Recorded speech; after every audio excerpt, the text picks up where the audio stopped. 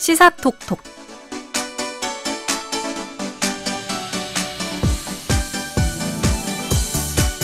시사 상식도 높이고 선물도 받아가는 한 주간의 시사 이슈를 다룬 시사 퀴즈 코너 시사톡톡 시간입니다. 오늘 이효림 시사캐스터와 함께합니다. 어서 오세요. 네, 안녕하세요. 이효림입니다. 네, 반갑습니다. 와, 지금 벌써 8월 중순입니다. 아, 그쵸. 네, 예. 시간이 진짜 빨라요. 확실히 입추가 지나고 나니까 더위가 좀 한풀 꺾이긴 했는데 그래도 아직까지는 좀 더운 것 같아요. 아니, 저도 어제 이제 좀 선선해지겠지라는 생각을 하면서 에어컨을 끄고 자야지 했다가 아니다. 결국은 이제 다시 틀게 되더라고요. 저도 어제 에어컨 틀고 잤거든요. 이러다가 진짜 전기요금 폭탄 맞으면 어쩌나 걱정이 되는데 맞습니다. 아마 저희 같은 청취자분들 많을 것 같습니다. 네. 그런데요, 앞으로는 이 같은 양의 전기를 쓰고도 내가 어디 사는지에 따라서 다른 전기요금을 내게 될지도 모른다고 합니다. 오늘은 요즘 이재명 정부가 한창 추진하고 있는 지역별 전기요금 차등제에 대해서 함께 알아보겠습니다. 좋습니다. 자, 일단 오늘 퀴즈부터 만나볼 텐데요. 퀴즈 참여는 샵 1133번으로 보내주시면 됩니다. 단문 50원, 장문 100원의 정보 이용료 들고요. 보이는 라디오도 열려 있습니다. 너튜브에 변정현의 시사메이트 검색해서 들어오시면요. 지금 실시간으로 대화하는 모습도 함께 확인하실 수가 있습니다. 자, 일단 오늘 퀴즈부터 내주실까요?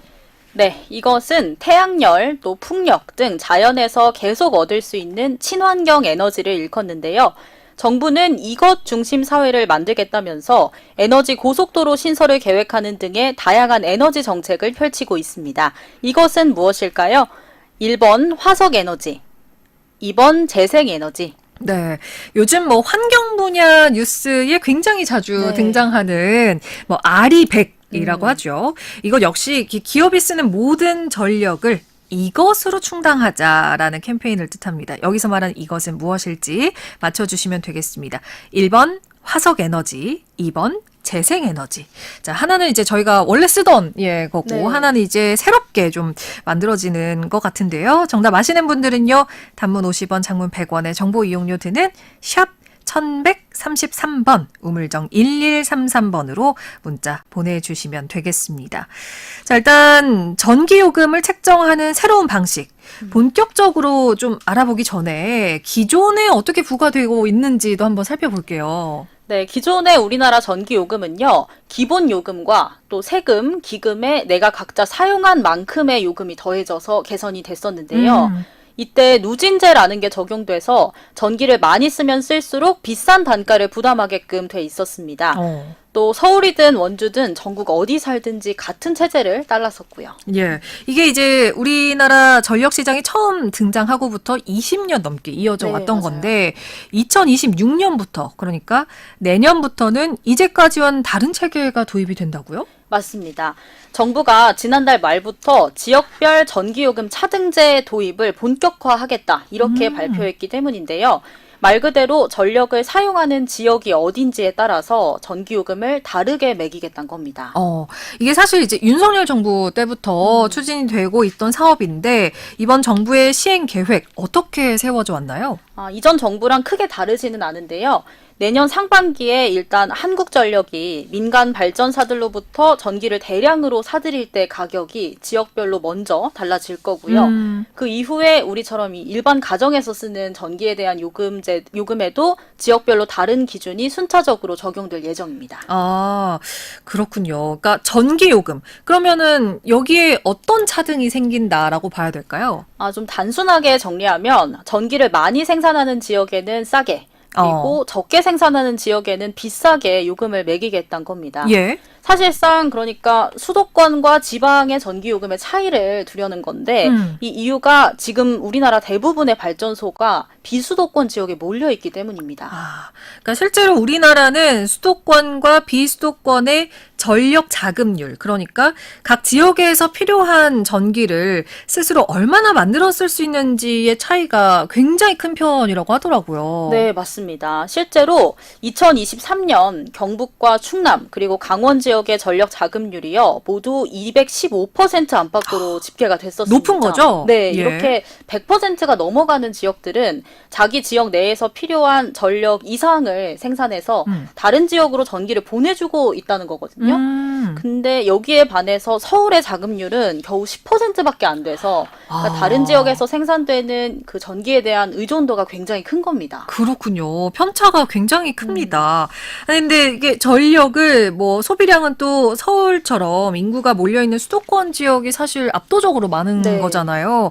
이번 차등제의 취지, 이런 불균형을 좀 해소하겠다. 이걸로 봐야 될까요? 맞습니다. 전력 생산량이 적은 지역에 전기요금 올려서요. 뭐 수도권에 있는 기업이나 공장 이런 곳들이 비싼 돈 주고 멀리서 전기를 사서 쓸 바에는 태양광 같은 이것을 통해서 우리가 직접 전력을 생산해서 쓰자. 이런 편을 택하게끔 유도를 하겠다는 겁니다. 태양광 등의 이것. 자, 이야기 이어가기 전에 지금 언급한 이것이 무엇이었는지 오늘 퀴즈 한 번 더 내주실까요? 네, 이것은 태양열, 풍력 등 자연에서 계속 얻을 수 있는 친환경 에너지를 일컫는데요. 정부는 이것 중심 사회를 만들겠다며 에너지 고속도로 신설을 계획하는 등의 다양한 에너지 정책을 펼치고 있습니다. 이것은 무엇일까요? 1번 화석에너지, 2번 재생에너지. 네. 자, 오늘의 정답은 어렵진 않은 것 같아요. 네. 계속 얘기가 나오고 있는데, 정답 아시는 분들은요, 단문 50원, 장문 100원의 정보 이용료 드는 샵 1133번, 우물정 1, 2번, 3, 2번 누르시고요. 오늘 퀴즈 정답 1번, 화석에너지일지, 2번, 재생에너지일지 여러분의 의견과 함께 남겨주시면 저희가 또 많은 분들께 추첨해서 선물도 챙겨드립니다. 자, 일단 다시 돌아가 보면요. 결국에는 이 제도가 수도권 지역의 전력 자급률을 높여서 전국적인 수급 불균형을 해소해보겠다라는 건데, 그러면 서울이나 뭐 경기 이쪽에 이 발전소를 지을 만한 땅이 있는 건가요? 사실상 아주 제한적입니다. 어. 그리고 지을 데가 있다고 해도 그 몇 곳 가지고 이 수도권의 자급률을 높이는 게 쉽지가 않을 겁니다. 워낙 그래요. 소비량이 많기 때문에. 예.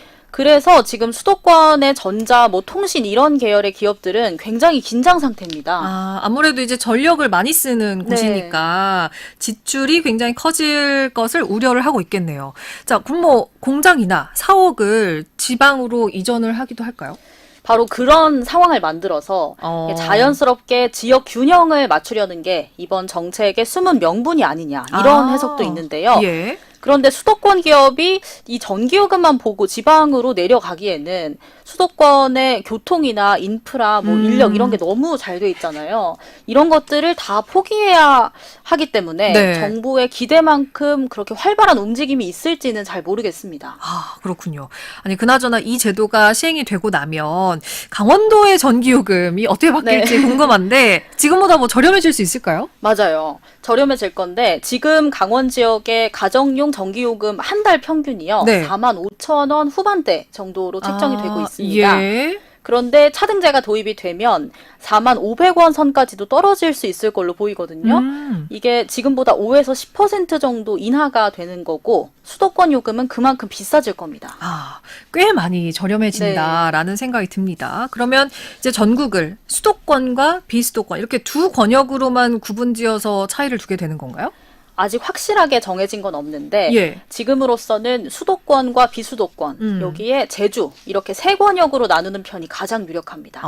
근데 이게 같은 비수도권이라고 하더라도 뭐 강원도처럼 아까 전력 생산이 활발한 곳이 있고 대전처럼 전력 자급률이 3%에 그치는 지역도 있는데 그러면 이게 또 이게 같은 혜택을 받게 되면 뭐 지역 역차별 아니냐 뭐 이런 얘기도 나올 수 있을 것 같아요. 맞아요. 실제로 그런 문제가 이 정책의 한계로 지금 많이 지적이 되고 있습니다. 이렇게 단순한 기준으로 권역을 나눌 게 아니라 뭐 광역자치단체별로 요금을 다르게 적용한다든지 이렇게 좀 더 세세하고 정교한 방법을 마련할 필요가 있지 않냐 이런 얘기가 많이 나오고 있습니다. 그렇군요. 이 부분에 대해서는 좀 더 말씀하신 것처럼 세세한 그런 논의가 앞으로 있어야 할 것 같고 이 밖에도 뭐 이번 정책에 대한 수도권의 시민과 기업들의 반발이 굉장히 거세다고요? 네, 일단 이 제도가 시행되고 나면 수도권의 전기요금이 오르는 건 지금 거의 확실하기 때문에 다들 심적 부담을 좀 크게 느끼고 있고요. 그리고 그냥 좀 더 살기 좋은 데를 찾아서 내가 살고 있다는 이유만으로 이렇게 비용을 더 내야 한다는 게 억울하다. 이런 여론이 많습니다. 뭐 수도권 사는 거에 대한 벌금을 내는 기분이다. 이런 말도 많이 나오고 있어요. 그렇군요. 이게 뭐 비수도권 지역에서는 아무래도 이 차등제 도입을 좀 반가워할 것 같고요. 맞아요. 아무래도 발전소 근처에 사는 주민들은 그동안 뭐 소음이나 환경 문제 이런 거를 다 감수하면서 지내오기도 했고, 지역 입장에서 봤을 때도 다른 곳으로 전력을 공급하는 데 드는 비용도 만만치 않거든요. 그래서 전기를 적게 생산하는 지역이랑 우리가 똑같이 요금을 내는 게 생각해보면 원래부터 불공정했다. 이렇게 주장하고 있습니다. 네, 뭐 사람마다 생각은 굉장히 다양하지만 일단은 여론은 이렇다라는 네. 거고요. 혹시 뭐 비슷한 제도를 채택하고 있는 해외 사례가 있을까요? 해외 사례가 꽤 많은데 예. 그중에서도 스웨덴의 사례가 모범적입니다. 이게 2011년부터 스웨덴 정부가 시행을 했는데 예. 이후에 이제 전력 자급률이 낮았던 지역에도 발전소가 많이 들어서기 시작했고요. 또 전력을 많이 쓰는 기업들도 교외로 옮겨가면서 아까 얘기했던 지역 균형 발전이 어느 정도 이루어졌습니다. 이게 한 10년 정도 10년 네. 정도 도입이 된 상황이다 보니까 마찬가지로 우리나라에서도 성과를 좀 보면 좋겠다 이런 생각도 드네요. 맞습니다. 지금 전력 수급 불균형을 해소하기 위한 다른 방안들도 다양하게 제시가 되고 있거든요. 네. 뭐 수도권의 전기 절약을 유도하는 정책을 먼저 시행한다든지 이런 것들이 얘기가 많이 나오고 있는데 정부는 이런 대안들까지도 함께 고려하면서 앞으로 좀 체계적으로 시행을 준비해 가야겠습니다. 예, 자, 오늘 많은 분들이 퀴즈 정답과 함께 의견도 보내주고 계신데요. 환경 파괴, 공해 문제로 우리 모두 재생에너지에 동참해야 합니다. 주변에 찾아보면 많이 있는데요. 라고 해주셨고요. 7555번님. 그러면 원주는 전기요금 내려가는 건가요? 그렇습니다. 그럴 확률이 높다고 합니다. 재생에너지가 활성화되면 좋을 것 같아요. 라고 4217번님도 문자 주셨고요. 저희 집 태양광 설치했더니 전기요금이 반으로 줄었습니다. 라고 8698번님도 문자 주셨습니다. 일단 오늘 퀴즈는 방금 제가 네. 말했는데 한번 다시 얘기해 주시죠. 네, 오늘 퀴즈 정답은요. 2번 재생에너지였습니다. 네, 자, 내년 상반기부터 새롭게 적용될 지역별 전기요금 차등제, 우리 전력 수급 체계를 좀 한층 더 안정시킬 수 있길 기대해 보겠습니다. 오늘 이효림 시사캐스터와 함께했습니다. 고맙습니다. 네, 고맙습니다.